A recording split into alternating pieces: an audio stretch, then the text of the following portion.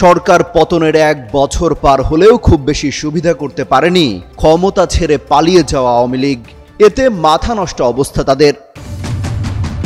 Guerrilla বাহিনী নামানোর পায়তারা করেও ব্যর্থ হয়েছে। এবার তারা হিট প্ল্যান 2 নিয়ে মাঠে নামতে চায়।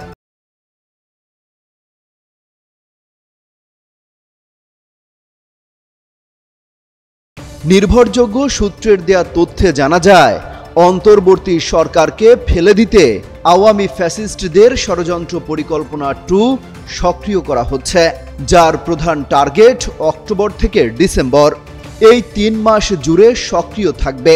এর আগে সরকারকে অচল করে দিতে দেশের দক্ষিণাঞ্চল থেকে বিশেষ কিছু কার্যক্রম শুরু হবে।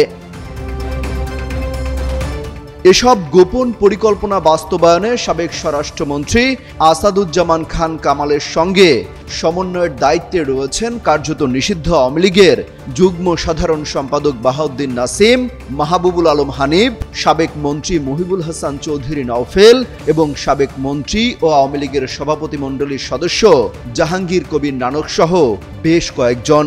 অফিসিয়ালি বসে কাজের সমন্বয় করতে এরই মধ্যে কলকাতা ও দিল্লিতে আওয়ামী লীগের পৃথক গোপন অফিসও খোলা হয়েছে।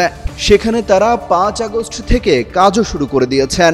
এই চক্রের কাজে সহায়তা দিতে বেশ কয়েকটি গোয়েন্দা সংস্থার সদস্যরা নেপথ্যে থেকে সক্রিয়ভাবে রসদ যোগাচ্ছেন।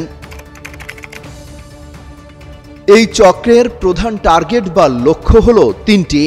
1, আগামী জাতীয় নির্বাচন ভণ্ডুল করে দেয়া। 2, যে কোনো উপায়ে বিএনপির ভারপ্রাপ্ত চেয়ারম্যান তারেক রহমানের দেশে ফিরে আসার প্রতিরোধ করা। এবং 3, একের পর এক ঘটনা ঘটিয়ে দেশকে এমন পরিস্থিতির দিকে নিয়ে যাওয়া যাতে সৃষ্ট প্রতিবিপ্লবের অগ্নিগর্ভ পরিবেশে শেখ হাসিনা ফের প্রধানমন্ত্রী হিসেবেই দেশে ফিরে আসতে পারে। আওয়ামী লীগের পলাতক নীতি নির্ধারক মহলের বদ্ধমূল ধারণা, টানা 15.5 বছর ক্ষমতায় থাকাকালে তারা ভয়াবহ যেসব অপরাধ করেছেন তার জন্য জাতির কাছে ক্ষমা চেয়ে মাঠের রাজনীতিতে পাকাপোক্তভাবে ফিরে আসা সহজ হবে না। ফের ভোটের মাধ্যমে ক্ষমতায় ফিরে আসতে অনেক পথ পাড়ি দিতে হবে। এজন্য তারা উল্টো পথে শেখ হাসিনাকে ফের প্রধানমন্ত্রী হিসেবে ক্ষমতায় বসাতে মরিয়া।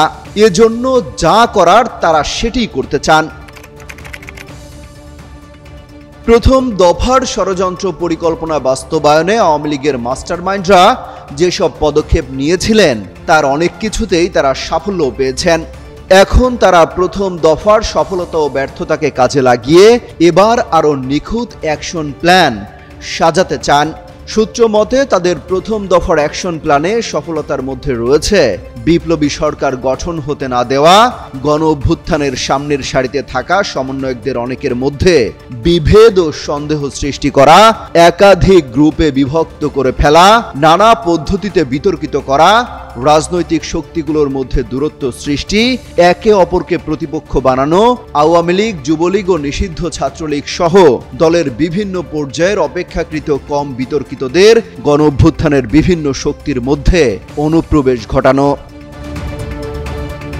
এছাড়া আওয়ামী লীগ যেসব ভুল করে ক্ষমতা ছাড়া হয়েছে সেসব ভুলের পথে বিএনপিকে ঠেলে দেওয়া, প্রশাসনের সর্বস্তরের নীরব আওয়ামীপন্থীদের বিশেষ পন্থায় কাজে লাগানো এবং একইভাবে ব্যবসায়ী, বুদ্ধিজীবী, সাংবাদিক ও কালচারাল সেক্টরে টিকে যাওয়া চতুর সাইলেন্ট গ্রুপকে ধীরে ধীরে সক্রিয় করে তোলাই এখন আওয়ামী লীগের টার্গেট। অমিত হাসান রবিন, যুগান্তর নিউজ।